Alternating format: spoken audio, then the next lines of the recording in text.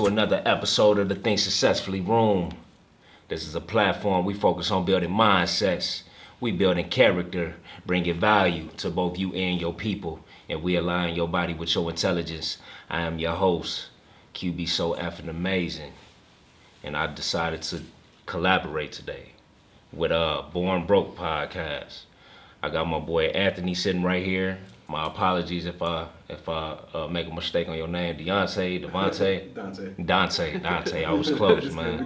Man, how y'all feeling today, bro? I'm feeling good, man. Thanks for having us. Man, appreciate y'all for coming on, man. Actually, Anthony, man, it was a blessing because I was actually looking for somebody to come on to the podcast, and you had reached out to me just in time. I would assume you seen some content. Yeah, well, actually, Lenore had told me, or Lenore and Joanne told me about you, but they didn't mention your name. So I think I was just scrolling, like on Instagram, looking up Rockford Podcasts or Rockford, business, because I like to network. And then I saw you on there, and then I actually saw your short videos first. Okay. And then I saw like a clip that looked like a podcast clip, and then I found your podcast. I was like, okay, let me hit him up. Was it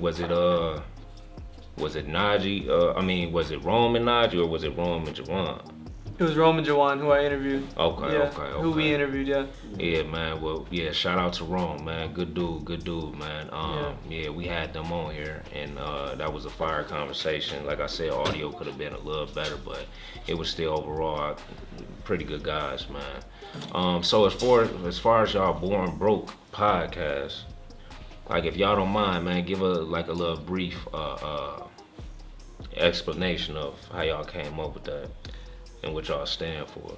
So, what we stand for, I can kind of answer that first. We stand for, it's kind of a personal journey podcast, explaining, how we're gonna go from, being born broke to, hopefully being more successful in the future. And I guess what we stand for is being 1% better every single day. So that's our thing. That's our motto, is being 1% better than you were yesterday. And how we kind of started, well, Dontay and I met at Amaaz'n, and I had already had plans to start a podcast in my head because I had done one previously in my life, and it just never, panned out. And then I had trust. How usually you don't trust people with certain information about when you're going to start a different project or something like that. Yeah. I trusted in him, to bring it up because I just knew that he was the kind of person you could bring stuff like that up to. So I kept mentioning to him, and then he was from that point, from him first saying it to me and bringing it up, I slowly was like, I could do that. That sounds great. You should let me come in and do my thing, and maybe we can take it somewhere. Originally, I wasn't supposed to be in this spot. I was supposed to be behind the camera. I told him editing. no. He literally told me no. Behind the camera, just filming, or just edit whatever, side things that right. He just wanted to help. Okay. Yeah. And he eventually he kind of, because he kept refusing me that one. He was like, just you might as well just be like 100% on with me, and I agreed at some point. So we got here. Man, so quick question, man, because consistency is everything. Especially if y'all both go into a venture like that, as far as creating a podcast, have consistency been a problem, whether that's on your end, or have y'all both been able to, like if y'all got a specific day that y'all meet to film, y'all had no problems with coming in on that day filming, like treating it like it was a real job? I would say that's been the thing we've been best at, is consistency. And I would say, like, to go back to how we started, I think we put absolutely zero pressure on making this anything other than just, two friends hanging out. And we actually, the way we really started was, I was like, let's just film a few and see how it goes. Like, it was no obligation. Like, he could have bounced out. I could have, said, maybe it's not working out. And then, it kind of just happened like that. But consistency, like we talk about all the time, has been our number one thing. We film every single Sunday and we drop every single Friday. Man, that's powerful, man, because it's not easy getting up, because that's really a creative thought. To create a podcast is being creative in a sense, and as that podcast began to grow, you just add on to it to make it even better. So for y'all to both come together and say, look, this is what we want to do, go out and do it, and then be consistent with it, man, that take courage to do that. Yeah. You know what I'm saying? Because it's a lot of people that try things, but they don't try it long enough to actually see a real result. You know, so that's important that y'all both agree to that and y'all show up as if it was real business hours. Yeah, we set the goal of like every episode we need to see some form of improvement, and we've been consistent with that as well. What do y'all show improvement in? So just like the way we stick on our topics, keeping everything more organized. Editing. Our editing is definitely getting better. Camera work was a struggle for us, and audio. And we just and now we're moving on to like our actual visual setup, so like props and things of that nature that we really had to cover the basics. Yeah. Like, and then other thing like we improved on was energy. Oh, okay, man, that's good. So y'all would say y'all first couple episodes the energy wasn't there? No, because I feel like it wasn't that we weren't excited. We were just too comfortable. Yeah. It didn't feel like or look like, I think from a viewer perspective, that we were trying to like get at it, you know, in a certain way that kind of feels like, oh, they're really about what they're doing. Well, I could tell you one thing, man. When that camera go on, it's a whole nother feel. That's exactly what it was. You know what I'm saying? Especially when we started filming the Think Successfully room, man, it had a real live feel to it. I'm like, man, this you get nervous, like this there's shit is 50 different, people right there looking at you. I'm like, man, this shit is different, man, because it's different from when me and my homie, we sitting here conversating without no lights, no camera. It ain't nobody watching, but when you know it's content being filmed and, you know, it's possibly 100 people that's gonna view this, you know, it just hit different, man. So to share just a little bit about myself and the Think Successfully room. So the whole Think Successfully brand came about from a book that I read called How Successful People Think by John C. Maxwell. And I actually started reading this book, I would say the end of 2018. And 2018 was a time where I was going through things financially. I had just graduated college not too long after that. And I think I was working in Carroll Stream at the time at a warehouse, probably making about $12 an hour. I was literally living paycheck to paycheck. Yeah. I had my own place up there, and I realized that I could no longer afford the rent or the bills, you know. And then the amount of bills that I did have, it was easily gonna put me into debt. And I found myself becoming very depressed because, you know, one thing I tried to avoid was moving back to Rockford. You know, when I went off to college, I was in college for 4 years before I had to move back to Rockford just due to finances being tight and me not being able to afford to move to live in the suburbs of Chicago. So when I came back, I ended up moving in with my cousin and my grandmother. You know, I'm staying in the basement. It just didn't feel right. And it was some, like, at that time, that's when I really got heavy into reading, educating myself. And I came across this book called How Successful People Think. And when I say John C. Maxwell changed my life for the better. And then from that point on, I started talking to myself, think successfully. It was a call to action. And I would say after a month of saying think successfully every day, that's when that shit became a brand. And everything just started taking a turn for the better. You know what I'm saying? Like more money, like more opportunities just started coming. I started meditating, really practicing my breathing, really understanding how my mind worked, right? Once I understood how my brain worked, it allowed me to get beyond myself and allow something greater than me to take over. You know what I'm saying? So once I learned how to tap into my godliness, that's when, you know, more opportunities began to present itself. And eventually, just to fast forward, that's when we started the Think Successfully room, the podcast, because everything that I have learned from that point to now, I was able to put into this content. And I knew for a fact that that information would be valuable to the world. Oh, yeah. And that's really how this came about. I think to your point about how you didn't see really any improvement until you started really embodying someone who thought successfully, to the point where you're telling yourself every single day was a very similar journey to what I had. I didn't see much improvement in my life until I really embodied the person mentally, physically, spiritually that I really wanted to become. So it's definitely a daily, war that you have to go in with yourself. because you can't just change overnight. Like a lot of the things that were keeping you down, they're still gonna stick around. But like to your point, you had to like really embody that kind of person.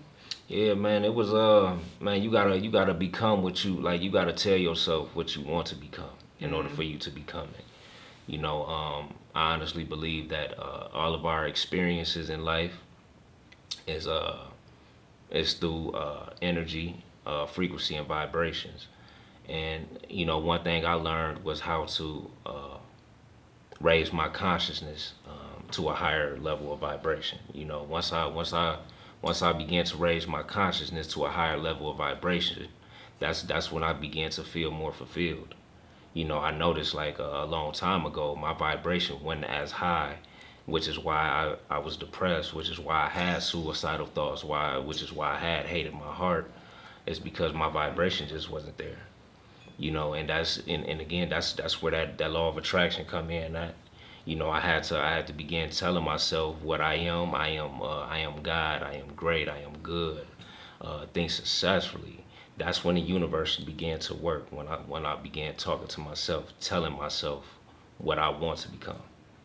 The universe works in mysterious ways. I don't even think of it like so much from only a success standpoint.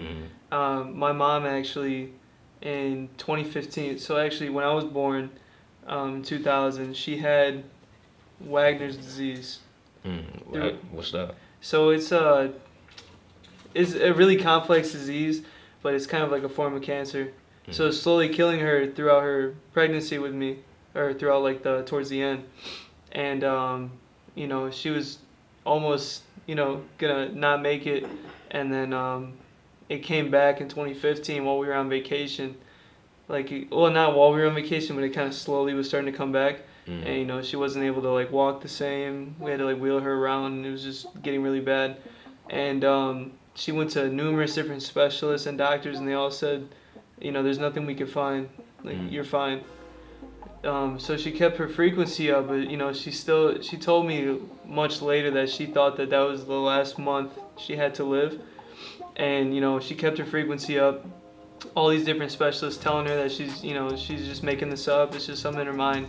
And then when she got at her very worst, but was still keeping the strong frequency and positivity, she found a doctor in the holistic medicine space. She manifested. Yeah, she manifested somebody that could take care of her. So she went in there and he said, this, and this is wrong with you, and this, and this is how I'm going to do to help you. And within like a couple of weeks, man, it just, whole entire, the color of her skin, everything was just...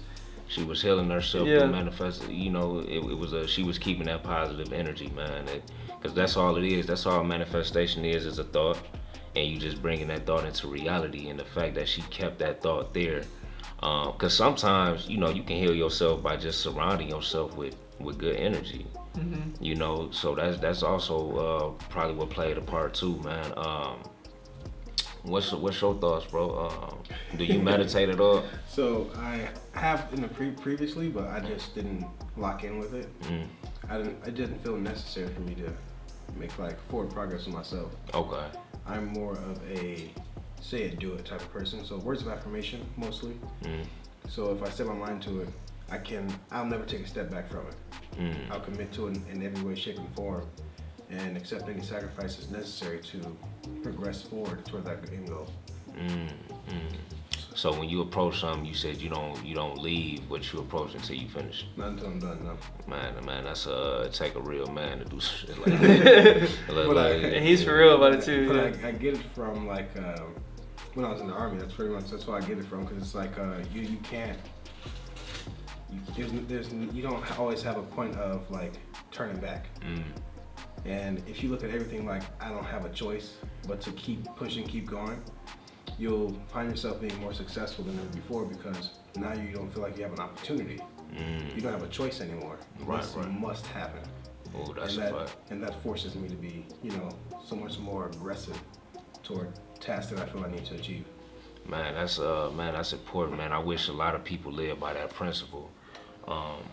Because I feel the same way. I feel like when you approach something, it doesn't make sense to step away from, because you already approached it. You know what I'm saying? A real person or a man of purpose when he approaches something, he don't leave until he finish it. You know, and I honestly believe that, which is why, because you know, you're gonna run into people that start something but never complete it. You know, and when you're doing so many things at one time.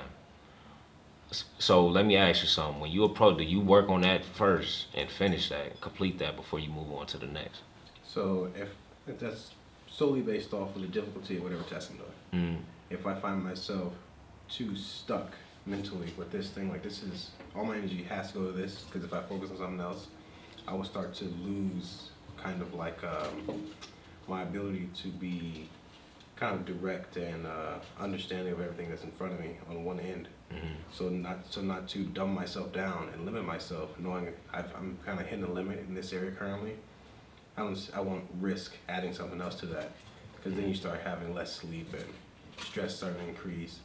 So as to prevent that, you have to manage your schedule and things of that nature to keep yourself under control. I like that, man. So, man, what I'm about to say is probably going to transition into the next discussion of this podcast. I'm gonna go ahead and coat this motherfucking wall red, man. Wait, please. You know what I'm saying? Look, I'm gonna go ahead and cause this a fire topic, man. So, it was another book that I got in tune with called Becoming Supernatural, right? And this book teaches you how to unlock the true power of your pineal gland, right? So just like how you put an antenna on your television, right? Your antenna is capable of capturing information to broadcast a picture. When you unlock the true power of your pineal gland will then begin to act as an antenna, allowing you to capture information from beyond this three-dimensional reality that we stay in. So when I read that, I began thinking about gathering information from a higher being that allows you to it's almost like you become a prophet. You speaking whatever the teacher it is from them, you begin speaking it through yourself, you know. So this is what got me into extraterrestrial beings, is because I don't necessarily believe, when somebody say God, I just automatically think about a higher being, a higher intelligence. And when I think about the pineal gland and unlocking the true powers of it, and when you pull information from beyond this three-dimensional reality, I believe you're getting information from a higher being, from a higher entity. So what's y'all take on that? Oh, that's a lot. I think I'm kind of with you with, especially with how far I am on my spiritual journey. Mm-hmm. I really just, my brain automatically goes to, I wouldn't say like an individual person. It's definitely like a higher power, an energy, some life form that's above us, that we can put our energy into. Mm-hmm. And then that's the whole reason why meditation, manifestation, and things like that even have any sort of value, is because there is some energy or some form that is tied to all of us that is dictating, how the good or bad things go in our life. That's why when you're down and everything you're saying is just completely negative and everybody you're around is negative, that is why that is your reality at that moment in time. And that is why when you're with people who are positive and they're doing things maybe even better than you, and everybody around you has a good mindset, that is why things start to look up for you. So like to really answer your question, I think there has to be some type of higher power that that we put our energy into, that ties us all together. Mm-hmm. I just thought of a question, man. I'm kind of curious how y'all finna answer it, man. Yeah. So when it comes to the Great Pyramids, man, do y'all feel like the Egyptians had assistance with building the Great Pyramids? Yes. So I think personally they were so I believe they were already there, mm-hmm. and then they came and put their hands on it. You feel like the pyramids was already there? They're already there, and then the people came and they put their hands on it, because how did they do it if they didn't, But how did they build? Exactly. What you mean, just based off how big the fucking blocks is? Yeah, based off all that information, they had people with ropes tied to the bricks, man, walking them up. I just saw something today where they said It's what, 2 tons per brick? Man, Some of them. I was looking at 500 plus tons. Yeah, it's something crazy like that. There's no animal that they could go get. They were But see, they were this- hundreds of miles away too from Like, From where Yeah. the see. Okay, so now this is my thoughts on that, man, because now it's this Greek historian that mentioned the ancient Egyptians building the Great Pyramids, but he also mentioned that they had help building the Great Pyramids from what they would call the guardians of the sky, right? Because like you were saying, like these bricks, these blocks are so big, like how would they move them? yeah. It was some technology that was played into that they were saying that some white powder was spaced over the blocks, and they would have, you know how when, you know, a witch casts a spell, she have like a little saying that she would say in order to make the spell official.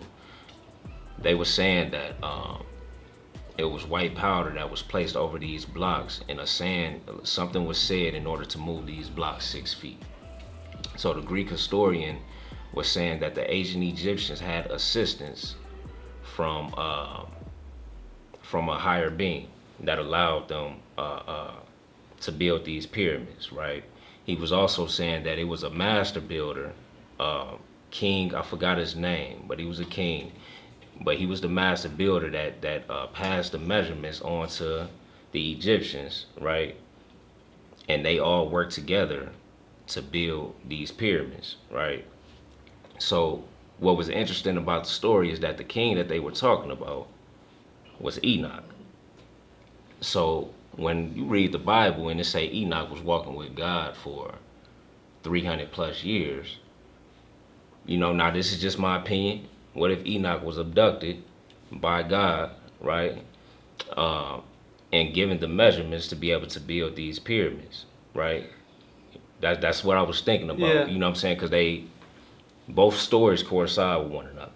You know what I'm saying? It's a king over here that they said was given the measurements to build the pyramids, right? And it just so happened that king was Enoch. But when you look at the Bible, and the Bible say Enoch walked with God for 300 years, right? I automatically assume like, okay, what if he was abducted and given these measurements for the pyramids, and he took that information back to the ancient Egyptians, and they worked together to build these pyramids. They just had help from a higher intelligence to build it, because like you were saying, they can't move these blocks alone. So in order for them to move the blocks, they had to have help from a higher intelligence. Let alone the math. I was That thinking the too. same thing. The math behind it almost seems impossible for people at their stage. It ain't no coincidence. It ain't no coincidence for it to be, for both the Great Pyramids to be in the center of the Earth's landmass. It's too precise. They had to get these measurements from a higher intelligence in order to make that happen. I don't know if this means anything, but I saw something today. Actually, it's funny that we're talking about it. It said that the exact coordinates of the pyramids are like the same numbers for the formula behind light speed. So I don't know if that means anything, but it's like. I ain't came across that one yet. But I think the same thing as you. I almost thought, I didn't know about the king or anything like that, but I thought there must have been someone that had a higher intelligence or higher power that built all this for them, like as a plan, and then gave it to them. Because I'd imagine, especially in that time, They had the amount of casualties. that was another thing I was finna say, bro. They didn't have the machinery that was half as sophisticated as the machinery we have now to be able to move bricks that big. So you know what I'm saying? Like the blocks is too goddamn big for you to move, so It'd it be only hard makes for us to do it now. Hard is an understatement. yeah, it'd be hard for us to do it now, but it'd be more doable in this time though. It would take a long time. Just today, it would take so long for us to build that. Man, they were saying that it took them. It's saying that they took them 22 years to build the pyramids, but when they broke down the math, they would literally have to be setting and placing a brick every 90 seconds for 22 years with no breaks, no holidays, none of that shit in order for that to happen. Man. You know what I'm saying? So when you think about how big these bricks is, it only makes sense that they had help from a higher intelligence in order to build these pyramids. Imagine if they were just superhuman. Yes, They would lift them up like, yeah.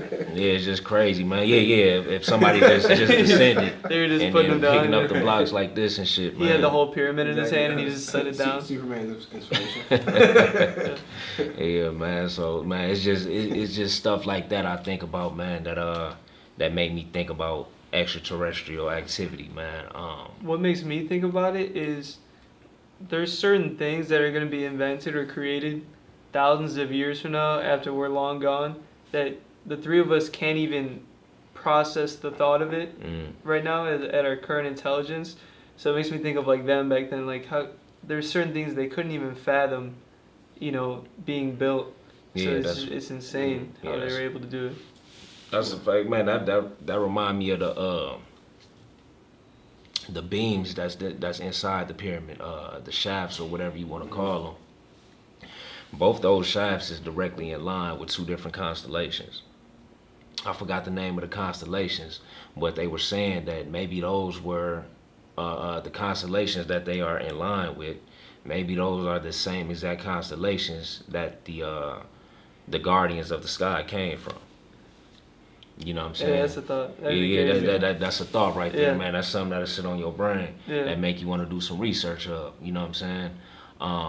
It's a lot of different information we can go into that we'll probably have to do 2 different episodes in order to go into the amount of information, because this shit, it's a lot of this information that come from anthropologists that study this type of information.